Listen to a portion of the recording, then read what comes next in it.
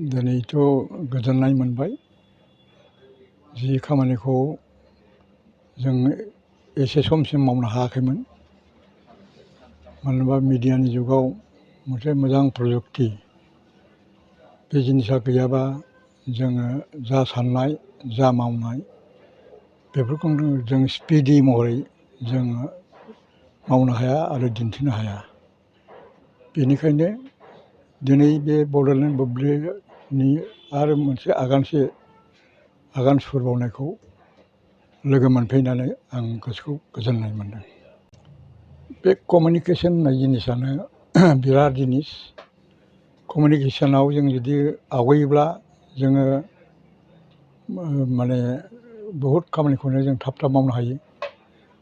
जों नुनो मोनदों जे मिडिया गैयैयाव कमिउनिकेसननि मिडिया गैयैयाव जोङो गोबां समाव नंखायखौनो नंगौ खालामनाय एबा नंगौखौनो नंखाय खालामनानै जोंनि गेजेराव मोनसे उलुं गुजुं थासारि सोमजिनायखौ नुनो मोनदों आरोखि।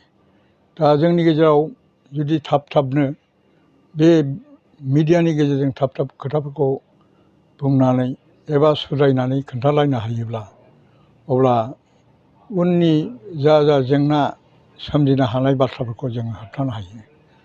बेनिखायनो आरो गोदान खौरां मोननाय गोदान जे माबा प्लेनिं जानाय बेफोरबायदि माबाफोर बिसार धाराफोरखौ जोङो बेफोरबायदि मिडियानि गेजेरजों थाब मानसिफोरनि गेजेराव बेखौ सौहाहैनो हायो आरो जों बिसोरखौ एडुकेट खालामनो हायो। गामिनि मानसियाबो बेफोरबायदि खोनानानै हाई इनस्टिटिउसनफ्राव एडुकेसन मोनाखैब्लाबो बेफोरबायदि मिडियानि गेजेरजोंबो बिथांमोना माने सोलोंनो हायो, एडुकेसनखौ मोननो हायो। बाजाज बाइक लानो गोसो गुदुं सुबुंफोरनि थाखाय मोजां खौरां।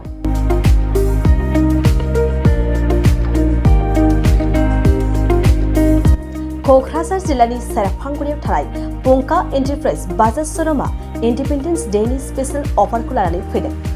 बे श'रुमाव थांनाय 1 आगस्तनिफ्राय 31 आगस्तसिम इन्डिपेन्डेन्स डेनि स्पेशेल अफारजों लोगोसे एक्सचेन्ज होगासिनो दं।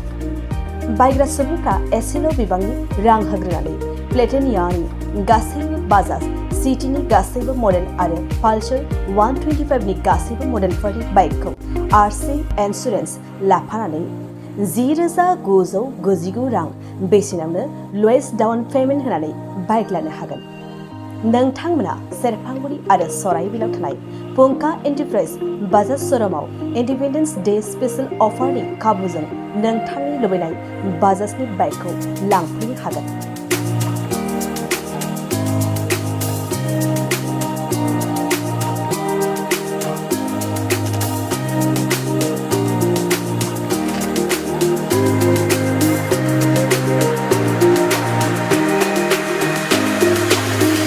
खाबुफोरा जादों 5 लिटार पेट्रल फ्री, गंसे हेलमेट फ्री, बाइक बायगिरिफोरनो 1,000 रां केशबेक हरफिननाय जागोन।